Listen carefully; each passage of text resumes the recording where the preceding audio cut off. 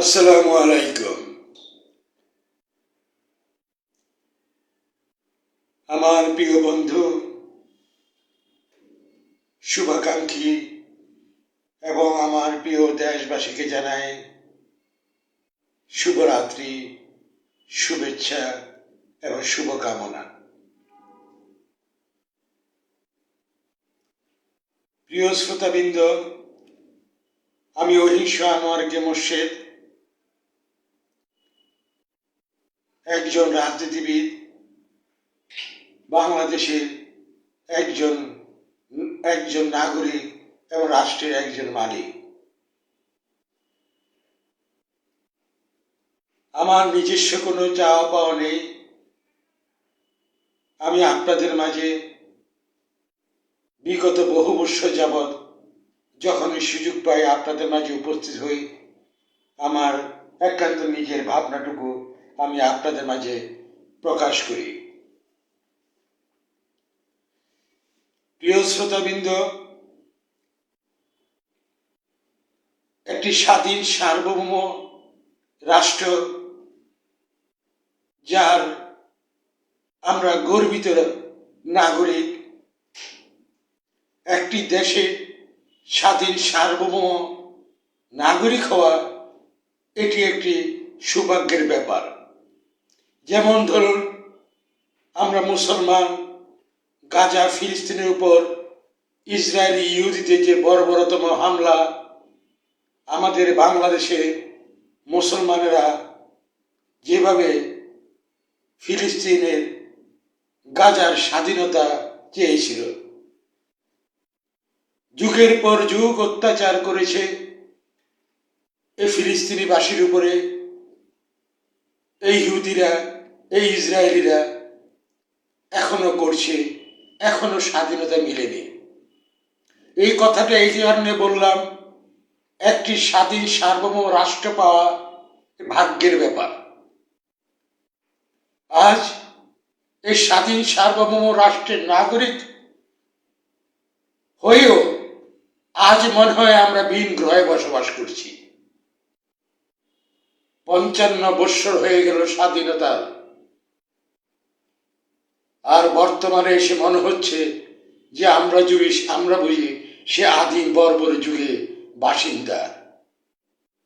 আমাদের দেশ নেই, আমাদের সমাজ নেই, আমাদের সংস্কৃতি নেই, আমাদের কিছুই নেই, আমাদের সার্বভৌমত্ব নেই, আমাদের ধর্মে ধর্মের সম্প্রীতি নেই। আমরা যেন এক হৃদয়ের ভিতরে হাহাকার নিয়ে আদিম যুগের বর্বর কায়দায় আমরা চলছি। এটি অত্যন্ত কষ্টের, দুর্ভাগ্য জাতি না হলে হয় না। একটি স্বাধীনতা এত সহজে আসে না। একটি স্বাধীন সার্বভৌম রাষ্ট্রের হয়েও আজ আমাদের হাহাকার, এত হাহাকার ৫৫ বৎসরে এই দেশের নাগরিকরা দেখেনি, আর দেখবেই না কেন। যে দেশে স্বাধীন সার্বভৌম রাষ্ট্রকে হৃদয়ে ধারণ করে না, একটি গোষ্ঠী যারা চারিত্রিকভাবে ভয়ঙ্কর, এই গোষ্ঠীটি এই রাষ্ট্রটি খেয়ে দেয়ে এই রাষ্ট্রের পরিচয় বহন করে ভিন দেশের দালালি করে এই দেশে দালালও ভরে গিয়েছে। আজ আমার বলতে কষ্ট হচ্ছে যে আমরা স্বাধীন সার্বভৌম রাষ্ট্রের মালিক, এটি মনে হয় কথার কথা, ছোট শিশুর বাক্যের বাচ্চার যেন একটা বলি মাত্র। আর স্বাধীনতা সার্বভৌম যে স্বাদটুকু, এই যে নাগরিকদের যে রাষ্ট্রটি যেরকম হওয়ার কথা, আজ সেটা নেই। বিগত কয়েক মাস থেকে বর্তমান চলমান, কতদিন চলবে আমরা জানি না, এদেশের সাধারণ জনগণ জানে না। এ কি ভয়ঙ্কর, এ কি বর্বরতম, এই কারা চালাচ্ছে? এই গোষ্ঠীটি কি তার স্রষ্টাকে ভয় পায় না? প্রিয় শ্রোতাবৃন্দ, আমি অহিংস আনোয়ারকে মোর্শেদ আজ আমাদের হৃদয়ে রক্তক্ষরণ। যেদিকে তাকাচ্ছি সেদিকে আমরা শুধু হাহাকার দেখছি, চিৎকার শুনছি, আত্মচিৎকার শুনছি। সমাজের অবক্ষয় একেবারে সর্বনিম্নয়।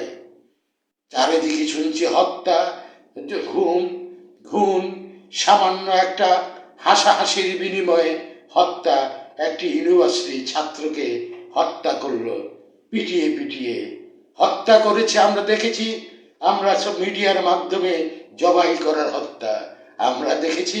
তহিদি জনতা, আম জনতা, ছাত্র জনতাদের ভয়ঙ্কর লুটপাট চলছে। যুদ্ধ ইসরায়েল আর আফগানিস্তানে। যার জিহাদ করার প্রয়োজন, আমিও একজন মুসলমান, শুকর আলহামদুলিল্লাহ, মহানবী সাল্লাল্লাহু আলাইহি ইসলামের উম্মত। আমার যদি জিহাদ করার ইচ্ছা থাকে, আমার যদি তীব্র প্রতিবাদ করার ইচ্ছা থাকে, তাহলে আমি চলে যাই আফগানিস্তানে। আর যারা এই দেশের নাগরিক হয়ে এই দেশে মিছিল করতে পারে, প্রতিবাদ করতে পারে, আন্তর্জাতিক বিষয় জানাতে পারে, কিন্তু যেখানে সেটার ইস্যু নিয়ে যে এই দেশে ভাই ব্রাদারদের ব্যবসা বাণিজ্যকে লুটপাট, ভাঙচুর, চুরমার করে, অগ্নিসংযোগ করে চলছে দর্শনের মহামারী, চারিদিকে হত্যা, লুণ্ঠন, চাঁদাবাজি, সর্বস্তরে রাষ্ট্র স্বাধীনতা সার্বভৌম কিনা এটি আজ ভারতে অনেক কষ্ট হচ্ছে, হৃদয়ে রক্তক্ষরণ হচ্ছে। কোথায় আমরা বসবাস করছি? আমি এই দেশের একজন রাজনৈতিক কর্মী, আমি একজন এই দেশের কোনো আওয়ামী লীগ নয়, কোনো বিএনপি নয়, রাজাকারের তো কোনো রাজনৈতিক দলের তো প্রশ্নই আসে না। যারা আমার রাষ্ট্র স্বাধীনতার বিরোধী, তাদের সাথে তো আমার না শুধু এই দেশের 3/4 জনগোষ্ঠীর কোনো সম্পর্ক নেই। আজ সেই স্বাধীন রাষ্ট্রটি আজ হয়ে গেল, আদিম যুগে ফিরে গেল। কারা চালাচ্ছে রাষ্ট্রটি? কি করছে রাষ্ট্রটি? সর্বস্তরে হাহাকার। কানে যায় না, এদের কানে যাবে না, কারণ এরা তো জনগণের ম্যান্ডেটদারি বা সাংবিধানিক কোনো কিছুই তো আক্কাই করে না। রাষ্ট্র আজ ভয়ানক। কিছুদিন আগে বার ভবনে আমরা অডিটোরিয়ামে একটা মিটিংয়ে ছিলাম। আমি বাংলাদেশ কংগ্রেসের একজন রাজনৈতিক কর্মী হিসেবে আমি বলবো, আমি অনেক বক্তার বক্তব্য শুনলাম। এর আগে আরেকটা প্রেস ক্লাবও গেলাম। এই গত কয়েকদিন, আজ থেকে সপ্তাহখানেক আগে রিপোর্টার্স ইউনিটে গেলাম। বিভিন্ন জায়গায় এত রাজনৈতিক দল, এত কথা শুনি, অথচ আমি দেখি না যে দেশপ্রেমে আছে কিনা। আমি দেখতে পাচ্ছি শুধুমাত্র তাদের হাহাকার, তাদের হিংসা, তাদের প্রতিহিংসা। রাষ্ট্রে যে সর্বনাশ হয়ে যাচ্ছে সেদিকে নেই, শুধু আসে প্রতিহিংসা। একজন আরেকজনকে কিভাবে প্রতিরোধ করবে, হত্যা করবে, লুপ্তরাজ করবে, আর চলছে ব্যাপক আকারে ধরপাকড়ের লীলাভূমিতে পরিণত হয়েছে। কোনো মতামত ব্যক্ত করার কোনো অধিকার থাকছে না। মিডিয়াগুলি আজ যেন নিশ্চুপ হয়ে গেছে, নিস্তেজ হয়ে গেছে। এই কেমন দেশে বসবাস করছি, বড় লজ্জা লাগছে, বড় কষ্ট লাগছে। প্রিয় শ্রোতাবিন্দু, আমি অহিংস আনোয়ারকে মোর্শেদ, আমার বলার যায় কি বা আসে বা যায় আমি কি বা সমাজকে পরিবর্তন করব? যতদিন না এই দেশে রাষ্ট্রে 3/4 সাধারণ জনগণ যখন তার দেশকে ভালো না বাসবে, যখন তার সংস্কৃতিকে ভালো না আসবে, যখন তার স্বাধীনতাকে অন্তরে ধারণ না করবে, যতক্ষণ তার লাল সবুজের পতাকা ধারণ না করবে, যতক্ষণ পর্যন্ত তার পাসপোর্টের যে মর্যাদাকে সে হৃদয়ে ধারণ না করবে, যতদিন সে মুক্তিযুদ্ধকে ধারণ না করবে, কখনোই এই বাংলাদেশটি কখনোই আর বিশ্বের বুকে মাথা তুলে দাঁড়ানোর কোনো সুযোগ আছে বলে অন্তত এই দেশের 3/4 জনগোষ্ঠী মনে করে। আর এক ভাগ এটা রঙ্গ নিশানা নিয়ে ব্যস্ত আছে। এরা আছে ইলেকশন কবে হবে, ইলেকশন কি হবে। রাষ্ট্রটা যে রসাতলে চলে গেল সেটির কোনো খবর নেই। রাষ্ট্রের কোনো চরিত্রই নেই। রাষ্ট্র বলতে কোনো কিছু আছে কিনা সেটি এখন সন্দেহের অবকাশ। আন্তর্জাতিক বিশ্বের আজ অত্যন্ত অসভ্য জাতিতে পরিণত হয়েছে। প্রিয় শ্রোতাবৃন্দ, স্বাধীন সার্বভৌম রাষ্ট্র আজ রসাতলে। কাঁদো কাঁদো বাঙালি কাঁদো, মন খুলে চিৎকার করে মাটিতে গড়াগড়ি করে কাঁদো। অসভ্য গোষ্ঠী বর্জন করুন, দেশপ্রেমিক হওয়ার চেষ্টা করুন। নিজে বাঁচুন, অন্যকে বাঁচান, দেশকে বাঁচান। না হলে দেশ থাকবে না, বাঁচতেও পারবেন না। কারণ এমনি বর্বর করে ফেলছে, এই দেশটাকে ক্ষত বিক্ষত করে ফেলছে। চলছে টালবাহানা, চারিদিকে যুদ্ধের দাবামা। আন্তর্জাতিক বিশ্ব আমাদের মুখ ফিরিয়ে নিয়েছে। দেশের ভিতরে আমাদের অশান্তি একটি ভয়ানক গোষ্ঠী করছে অন্যের দালালি। এই দালালদের কারণে এই ভয়ঙ্কর গোষ্ঠীরা এরা পুঁজি বিনিয়োগ করে এই দেশটিকে জনগণের অর্থ লুটপাট করছে।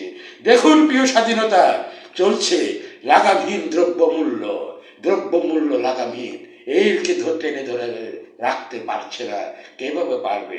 নিরাপত্তাহীনতা সারা বাংলাদেশের নাগরিকদের ধরপাকড়, এটি তো বলার অবকাশ নেই। একজন অহিংস ভাবে রাষ্ট্রটি যদি চলে না, চলছে প্রতিহিংসা রাজনীতি, চলছে বেদক ধরপাকড়। কেন ধর্মী হলো যারা ক্রিমিনাল, যারা রাষ্ট্রের ক্ষতি, ভয়ঙ্কর দস্যু, ভয়ঙ্কর গোষ্ঠী, তাদেরকে ধরবে। যাদেরকে তারা বর্তমানে বলা হচ্ছে ডেভিল, এই ডেভিলদেরকে ধরবে। কিন্তু ধরছে সাধারণ জনগোষ্ঠী, ভিন্ন মতাবলম্বীদেরকে, ভিন্ন রাজনীতি মতাবলম্বীদেরকে। এই দেশে সাধারণ জনগণ যে কোনো রাজনীতির মতাবলম্বী হতেই পারে, সাধারণ রাজনীতিবিদদেরকে যেভাবে ধরপাকড় চলছে, একটি অসভ্য অর্থনৈতিক এবং সামাজিক অবস্থা। সামাজিক বলতে গেলে এটি অবক্ষয়ের নিম্ন স্তরে অর্থনৈতিক অবস্থা। অর্থনৈতিক যে আমাদের যে লেয়ারটা ছিল ভেঙ্গে চুরমার, অর্থনৈতিক আজ গঠনমূলক কোনো অর্থনৈতিক ব্যবস্থা আমাদের দেশে নেই। মূল্যস্ফীতি লাগাম টেনে ধরে রাখতে পারছে না। কারা রাখবে? দেশে কোনো সরকার নেই। তাই আজ বর্তমানে এই মূল্যস্ফীতি লাগাম টেনে ধরে যাচ্ছে না, যা অত্যন্ত নাজুক অবস্থার ভিতরে পড়েছে। আইন শৃঙ্খলা চরম অবনতি, নারীর নিরাপত্তাহীনতা অত্যন্ত ভয়ানক অবস্থা, উগ্রবাদের উগ্র প্রসার। পররাষ্ট্র নীতি বলতে কোন নীতি আছে? এই দেশের 4/3 জনগোষ্ঠী জানে না। আমি অহিংস আনোয়ারকে বুঝতে পারছি না কোন পররাষ্ট্র নীতিতে রাষ্ট্র চলছে, কোন নীতিতে রাষ্ট্র চলছে। আমরা শুধু দেখতে পাচ্ছি শুধু প্রতিহিংসা, আমরা শুধু দেখতে পাচ্ছি রাষ্ট্রের সর্বনাশ, আমি দেখতে পাচ্ছি রাষ্ট্রের জনগণের আত্মচিৎকার, আমি দেখতে পাচ্ছি রাষ্ট্রে বেকারে হাহাকার, কর্মহীন মানুষ, আজ আয় নাই, রোজগার নাই। আমি অহিংস আনোয়ারকে মোর্শে আজ অত্যন্ত বিপর্যস্ত। এদেশের কৃষক, শ্রমিক, মেহনতি মানুষ আজ অত্যন্ত বিধ্বস্ত। আর একটি গোষ্ঠী বলছে ইলেকশন হবে, ইলেকশন হবে না। আর একটি গোষ্ঠীর সংস্কার হবে, সংস্কার হবে না। এই ধরনের কথাবার্তা নিয়ে তারা শুধুমাত্র লীলা খেলার ভিতরে, হাডুডু খেলার ভিতরে নেমেছে। এক ভয়ঙ্কর খেলা, যেই খেলায় আমাদেরকে নিয়ে গেছে অসভ্য জাতিতে। তাদের মুখে শোনা যায় না দেশপ্রেমের কথা, তাদের মুখে শোনা যায় না স্বাধীনতার সত্যিকার সে ইতিহাসের কথা, তাদের মুখে শোনা যায় না রাষ্ট্রের মুক্তিযুদ্ধের কথা, তাদের মুখে শোনা যায় না স্বাধীন সার্বভৌম রাষ্ট্রের যে আমাদের যে মূল নীতিগুলি আছে, মূল নীতি নিয়ে কথা বলতে শোনা যায় না। এই গোষ্ঠীগুলির মুখ থেকে শুধু এক আজব আজব কথাবার্তা। তার ভিতরে আর আলোচনা হচ্ছে নাকি? কাদের সাথে আলোচনা হচ্ছে? নিবন্ধিত দল ছাড়া আলোচনা করা অর্থহীন। আর আলোচনা কাদের সাথে হচ্ছে? দেশদ্রোহী উগ্রবাদের সাথে তো আলোচনা হয় না। উগ্রবাদের কারণেই তো বাংলাদেশ আজ রাষ্ট্র বিচ্ছিন্ন হয়ে গেছে, আদিম যুগের কারখানায় পরিণত হয়েছে। বেশি বর্বর আদিম যুগে একটি স্বাধীন সার্বভৌম রাষ্ট্র, যার ত্যাগ 30 লক্ষ শহীদের রক্তের বিনিময়ে অর্জিত, তার ইতিহাস মুছে ফেলার চেষ্টা করতে পারছে। আজ সোশ্যাল মিডিয়াতে দেখলাম যে আমাদের মিরপুর বৌদ্ধভূমির সেটিও ভেঙে ফেলা হচ্ছে। সে ইতিহাস স্বাক্ষর রাখে 32 নম্বর ধানমন্ডি। আমি আওয়ামী লীগ করি না, আমি বিএনপি করি না, আমি বাংলাদেশের রাষ্ট্রবিরোধী রাজাকারের কোনো সংগঠন করি না, আমি বামপন্থী কোনো রাজনৈতিক দল করি না, আমি করি বাংলাদেশ কংগ্রেস। বাংলাদেশ কংগ্রেসের মূলনীতি সুষ্ঠু ধারা রাজনীতি, মুক্তিযুদ্ধের চেতনা রাজনীতি।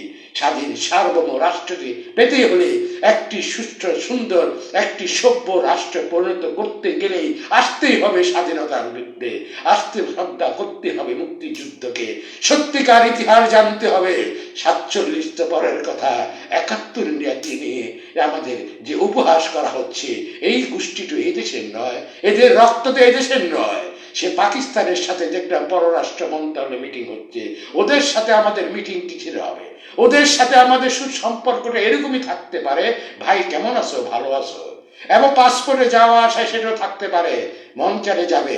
কারণ ওই পাকিস্তানের সাথে আমার কোনো সংস্কৃতির মিল নেই, আমার কোনো ভাষার মিল নেই, আমার পোশাকের মিল নেই, আমার খাদ্যের মিল নেই, আমার চাল চলনের মিল নেই, আমার কোনো কিছুতেই মিল নেই। তাহলে আমি পাকিস্তানের থেকে আমি কি আমদানি করব? আর পাকিস্তানে আমি কি রপ্তানি করব? ওই ওই ওই দেশটা একটা ঘৃণিত, আন্তর্জাতিক বিশ্বে ওরা ঘৃণিত। ওদেরকে বলা হয় ওরা সন্ত্রাস তৈরির একমাত্র উৎপাদন হলো তাদের সন্ত্রাসী তৈরি। এই সন্ত্রাসী তৈরির কারখানায় পাকিস্তান পররাষ্ট্র মন্ত্রণালয়ে মিটিং হয়েছে, এবং সেই মিটিংয়ে এবং কি ভিতরে কি হয়েছে জানি না, যা মিডিয়ার মাধ্যমে যতটুকু বুঝলাম আমাদের চাওয়া পাওয়ার হিসাব চেয়েছে।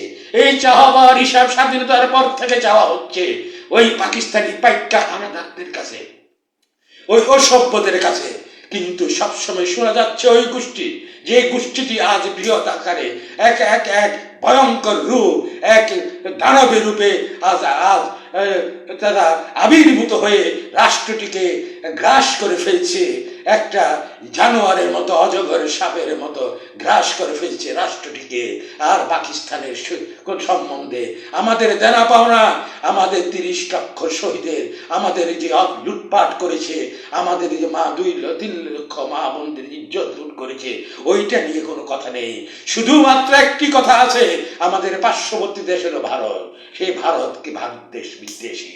আর ভারত বিদ্বেষী হন ভালো কথা, ভারত বিদ্বেষী হওয়ার যুক্তি আপনি দেখিয়ে দেন।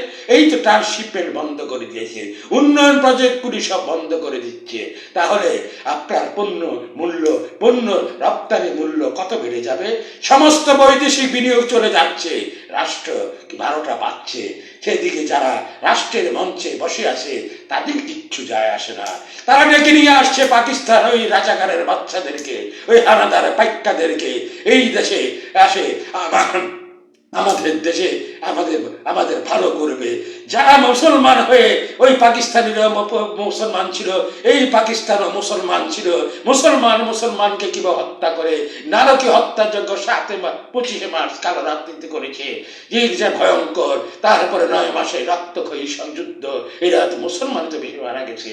আমাদের সনাতনী ধর্মী বিভিন্ন বহু ধর্মে, আমাদের যে পাহাড়ি অঞ্চলে যে বিভিন্ন মতাবলম্বীরা আছে তারাও তাকে হত্যা করেছে।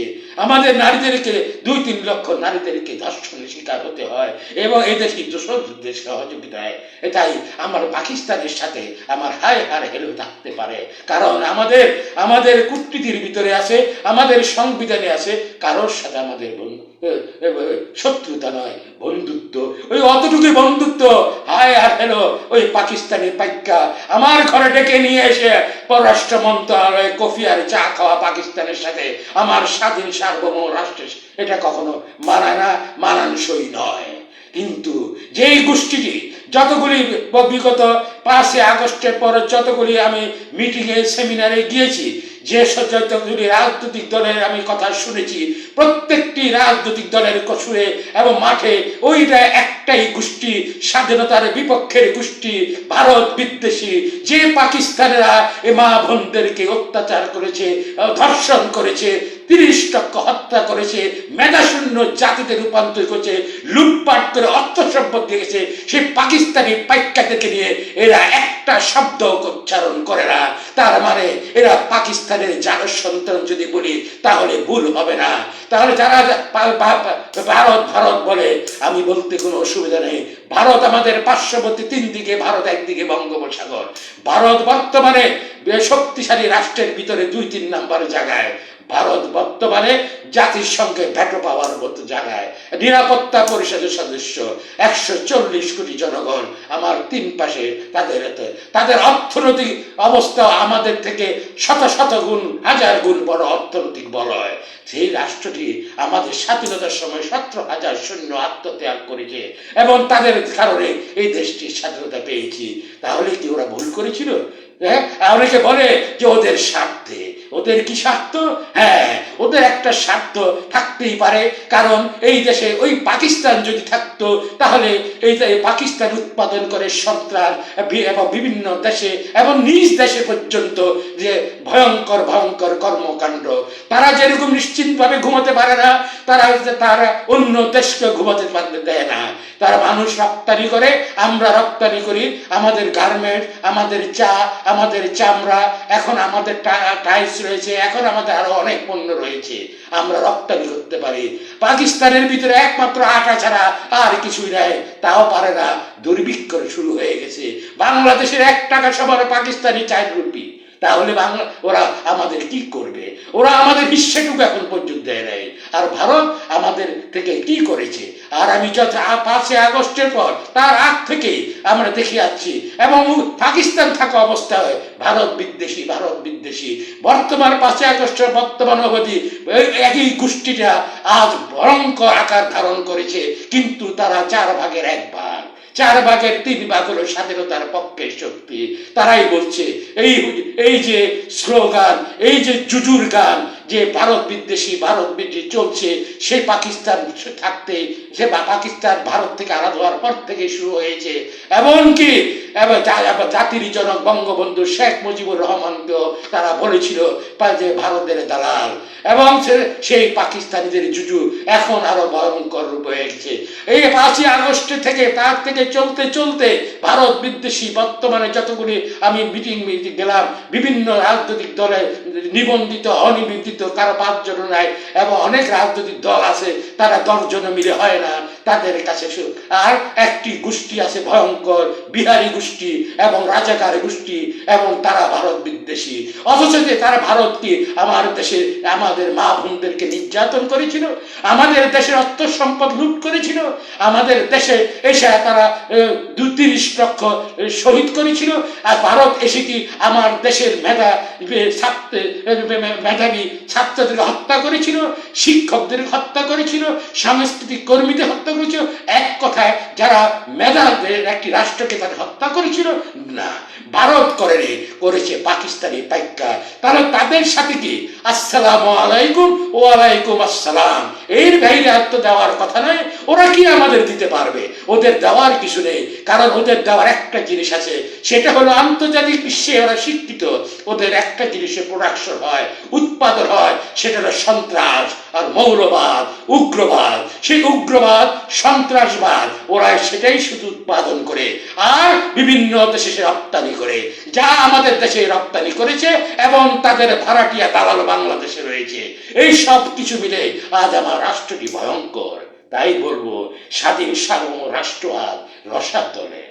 কাঁদো বাঙালি, কাঁদো, মন খুলে চিৎকার করে মাটিতে গড়াগড়ি করে কাঁদো। এই ছাড়া আর কোনো উপায় নেই। তবে হ্যাঁ, এখনো একটু হলো, বা একটা কথা আছে, ওদের শুনলাম, জর্জ ডিচি নামক আমেরিকান একজন ব্যক্তি 2 বার মৃত্যুবরণ করেছিল।